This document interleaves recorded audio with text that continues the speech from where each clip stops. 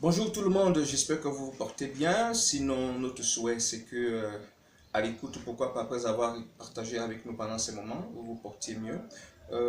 Ce matin, je voudrais échanger avec vous sur la notion de relation avec Dieu. C'est vrai que nous aurons l'occasion dans une autre vidéo d'essayer de faire le distinguo entre la relation, la communion et l'intimité avec Dieu. Mais pour l'instant, nous allons essayer d'aborder un peu dans cette logique ou cette vision ou cette vue générale sous le vocable de relation avec Dieu. Je voudrais beaucoup nous encourager, nous interpeller. En fait, c'est un moment de remise en question et de méditation que je voudrais que nous ayons. Normalement, la relation avec Dieu, au-delà des formes, au-delà des exercices, au-delà des rites, devrait être quelque chose de plus dynamique, quelque chose de plus évident. Vous voyez, dans la société dans laquelle nous sommes, moi je prends un exemple dans le pays dans lequel je suis, dans lequel je réside. Généralement, quand on sait qu'on est ami d'un ministre, ami du président, ami d'un parlementaire, cela se ressent parce que face aux situations, face aux événements qu'on traverse, justement, cette relation pèse, cette relation joue, cette relation s'exprime.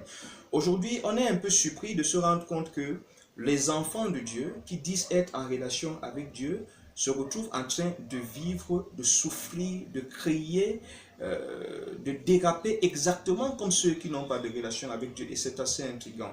Il est temps un peu que nous essayons un peu de regarder les choses en face, de regarder en face notre relation avec Dieu, et puis de ne pas avoir peur de ce que nous allons constater. Qu'est-ce que je veux dire par là exactement? Quand je rentre dans la Bible, je vois un peu la relation qui existe entre Abraham et Dieu. Je me rends compte que c'est une relation déjà de proximité dans laquelle Dieu peut faire ressentir à Abraham, Dieu peut exprimer à Abraham ses intentions. Nous voyons comment Dieu demande à Abraham de se déplacer pour aller dans une contrée dans laquelle il va le bénir. Nous voyons Dieu révélant ses intentions pour Abraham, révélant ses projets à Abraham. Nous voyons Dieu également à un moment étant particulièrement sensible à Abraham au point où quand il conçoit le projet de détruire Sodome et Gomorrhe, il s'arrête un instant et dit, mais Abraham sera certainement une grande nation. Cacherai-je une telle chose à Abraham? Nous allons voir cette relation dynamique dans laquelle, justement, parce qu'il y a une relation réelle entre Dieu et Abraham, Abraham a des préoccupations qu'il peut aborder avec Dieu, Dieu a des préoccupations qu'il peut partager à Abraham. Il y a un dynamisme, il y a un échange. C'est assez surprenant. On saute Abraham, on trouvera cela chez Moïse, on verra cela chez David. Quand on arrive dans le Nouveau Testament, on va avoir déjà, Jésus va préfigurer cette relation avec les disciples. Nous voyons cette proximité, ils peuvent lui poser toutes les questions. Qu'est-ce que cet homme a fait pour pécher? Nous sommes dans Jean chapitre 9. Quel est le péché qu'il a commis pour être dans cette situation? On va voir les disciples lui poser la question sur la vie éternelle. On va voir Jésus répondre. On renote également cette fusion, cette communion, cet échange, ce dynamisme-là. Nous voyons un Jésus qui enseigne, nous voyons un Jésus qui donne des instructions, nous voyons des disciples qui posent des questions, qui expriment des préoccupations. Nous allons évoluer, nous allons arriver chez l'apôtre Paul qui n'a pas eu le privilège de marcher avec Jésus, avec toute l'onction qu'il a. Nous voyons Paul qui est face à une situation qui le ronge, qui le dérange, parlant de l'écharde dont il fait mention, et qui s'arrête et traite la question avec Dieu. C'est difficile de comprendre aujourd'hui avec tout ce que nous avons comme enfants de Dieu et tout ce que nous pensons, nous voulons dire, faire croire aux gens que nous avons comme relation avec Dieu, nous ayons encore dans nos vies des situations pour lesquelles nous sommes incapables d'avoir une réponse claire de Dieu ou d'avoir une position ferme qui s'inspire de notre relation avec Dieu. Si vous êtes en relation avec Dieu, cela doit se savoir et cela doit s'exprimer. La relation avec Dieu, en fait, ne se dit pas, elle se constate. Elle s'exprime, elle produit. La relation avec Dieu n'est pas une confession, juste on dit je suis en relation avec Dieu. On le sent parce que cette relation doit déteindre sur la personnalité. Elle doit déteindre sur la façon de gérer les situations. La différence qu'il devrait avoir entre un enfant de Dieu et celui qui ne l'est pas devrait justement être sur l'impact de cette relation. C'est-à-dire que face à une situation donnée dans notre famille, tout le monde peut réagir selon sa peur, selon sa sensibilité, mais l'enfant de Dieu, justement, devrait pouvoir réagir selon le fruit de sa relation avec Dieu, selon le fruit de son intimité avec Dieu. Cette relation ayant produit en lui une vision des choses, une attitude, une logique, une démarche qu'on devrait constater. À un moment, c'est curieux de se dire, on voyait quelqu'un qui, tous les jours, il se plaint des mêmes choses. Il se plaint des mêmes difficultés, il se plaint, il a des mêmes craintes, mais il prie. On prie le matin, on prie à midi, on prie le soir, on va à l'église. C'est à se demander à quoi nous sert Dieu. Ce Dieu que nous appelons Père, à quoi est-ce qu'il nous sert? Si entre-temps nous ployons sous des fardeaux, Paul a été dérangé, il a prié Dieu, 3 fois il a prié Dieu, Dieu lui a dit ma grâce te suffit. Le problème n'a pas été réglé, mais au moins Paul était apaisé parce qu'il savait quelle était la position de Dieu. Il pouvait continuer à vivre en paix malgré le problème parce qu'il connaissait la position de Dieu. Mais toi, tu as le même problème depuis, tu as les mêmes situations depuis. Et je note quelque chose d'assez curieux quand même. Nous sommes dans une histoire où on a un Dieu vers qui nous allons, c'est-à-dire que nous lui faisons nos offrandes, nous lui élevons nos chants, nous faisons notre méditation, mais qui curieusement va passer par le prophète X, par le frère Y, par la sœur Z.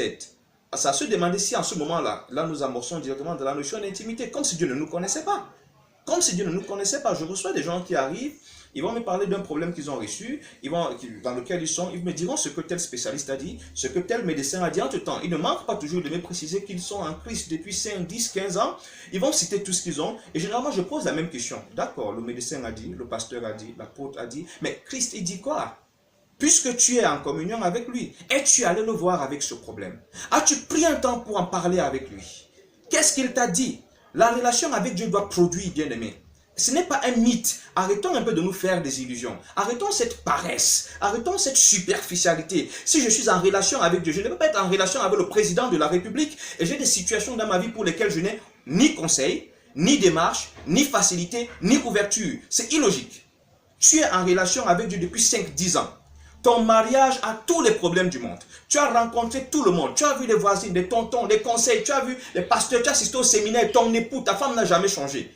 Tu as pleuré, tu as menacé de divorcer. Tu es allé partout. Tu as vu tout le monde. Tu as investi des énergies partout. Mais est-ce que tu as pris du temps pour parler avec Dieu? Je vais inviter les uns les autres. J'ai fait une vidéo sur l'histoire d'Anne. Je crois que c'était pris autrement, plus profond, dans laquelle j'essaie un peu de suggérer aux uns aux autres une approche dans la prière. Comment est-ce que je peux avoir dans mon foyer un problème qui a dépassé tous les enseignements? C'est-à-dire que les enseignements que j'ai reçus n'ont pas réglé le problème. Et il y en a. Vous qui écoutez cette vidéo, vous savez qu'il y en a. Là, j'évoque le foyer, ça peut être dans n'importe quel domaine.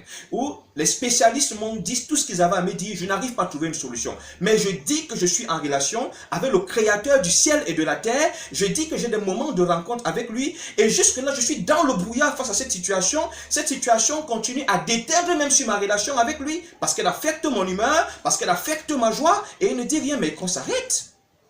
C'est quelle relation? Avec qui que nous appelons Dieu? Nous ne sommes pas différents. C'est curieux. Je note ici chez nous, par exemple, nous avons nos frères de l'Ouest, par exemple. Vous savez, pratiquement tous les vendredis vont aller à l'Ouest, pour la plupart, parce qu'ils vont aller rendre un hommage à leurs ancêtres, au crâne, ainsi de suite. D'autres, peut-être chez les Bassa, ils vont aller voir l'Ungambi. C'est curieux. Tous ces gens savent qu'à un moment, je dois me replier vers le Dieu de ma famille, vers le Dieu de ma vie, traiter avec lui certaines questions de ma vie. Et généralement, quand ils partent de là, dans leur logique, ils sortent de là avec des idées, avec des orientations, avec des conseils. Mais que dit Dieu? Que dit Dieu par rapport à ce mal pour lequel tu as fait le tour de la planète? Tu as rencontré tous les prophètes, tous les pasteurs. Que dit Dieu? Chaque fois on prie sur toi, tu tombes, tu te relèves, tu tombes, tu te relèves. Mais entre-temps, tu dis que tu es enfant de ce Dieu, tu es en communion avec lui. Mais qu'est-ce qu'il en pense?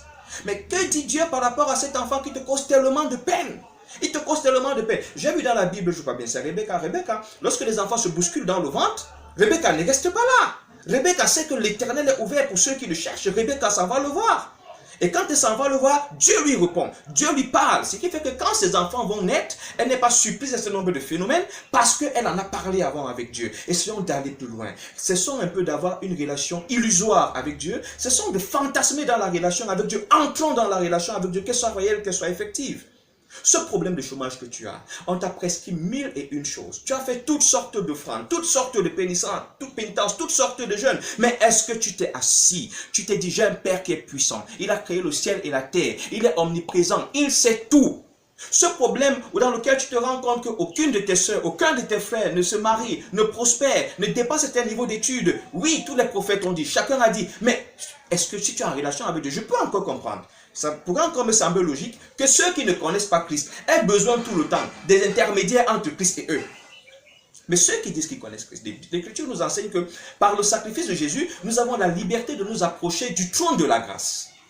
Mais à quoi ça servit? S'il faut tout le temps que nous continuons à subir notre vie, alors que dans une certaine dynamique, depuis l'Ancien Testament, nous voyons que Dieu veut que nous soyons participants de son projet pour notre vie. Ça veut dire que ça devrait être une sorte de collaboration dans laquelle il y a un échange permanent entre Dieu et nous. où il nous fait savoir ce que nous devons faire, où nous lui partageons nos préoccupations, il nous éclaircit, il nous oriente. Donc, bien aimé, j'appelle chacun de nous à un moment de remise en question. Je suis en relation avec Dieu, mais qu'est-ce que cette relation avec Dieu a produit depuis? Ça, c'est la question qu'il faut se poser. On peut facilement savoir ce que ma fréquentation de l'église a produit, mais ta relation avec Dieu a produit quoi? Parce que la relation avec Dieu, pour continuer peut-être à donner quelques aspects, devrait produire des initiatives. Je voudrais savoir, depuis que tu pries, tu jeûnes, quelle est l'initiative fluide de cette relation avec Dieu-là qui a pu changer ta vie, qui a pu changer ta vie spirituelle, qui a pu changer ta vie académique, ta vie professionnelle? C'est une relation qui doit être dynamique. Notre Dieu n'est pas un Dieu mort, c'est un Dieu vivant. Depuis que tu es en relation avec Dieu, qu'est-ce que cette relation a produit comme réponse aux grands problèmes qui torpillent ta paix, qui troublent ton âme? Depuis que tu es en relation avec Dieu, quelles sont les stratégies qui en sont sorties? C'est ton Père. Tu vas souvent le voir par rapport à tous les problèmes que tu rencontres. Tu écoutes des conseils de tout le monde. Mais quels sont les conseils? Est-ce que tu peux désigner dans ta vie, j'ai eu ce problème, voilà ce que Dieu m'a dit. Je vais prendre un exemple simple. Je connais une sœur qui m'est très proche, qui a eu un problème de poids. Ça, c'est une illustration de ce que j'appelle la relation avec Dieu. Et il y en a vraiment des exemples comme ça, il y en a plusieurs. Et à un moment, quand elle commence à prendre du poids, un jour, une voix, Satan vient, il commence à lui dire, les gars, tu as pris du poids, ton mari ne va plus t'aimer, et je t'avais dit que je vais te ruiner. Je vais ruiner ta vie. Elle se met à pleurer. Des oppressions comme ça, nous en avons tous les jours. Maintenant, cette sœur va voir son mari qui est un serviteur de Dieu, et en pleurant, son mari lui dit, mais est-ce que tu pleures devant l'ennemi? Va voir Dieu. Pose le problème à Dieu. Et quand elle s'en va, Dieu lui dit, pendant 2 mois, je crois, 2 ou 3 mois, tu mangeras uniquement des fruits. Et dès qu'elle s'y met, après 1 mois, tout le monde était impressionné.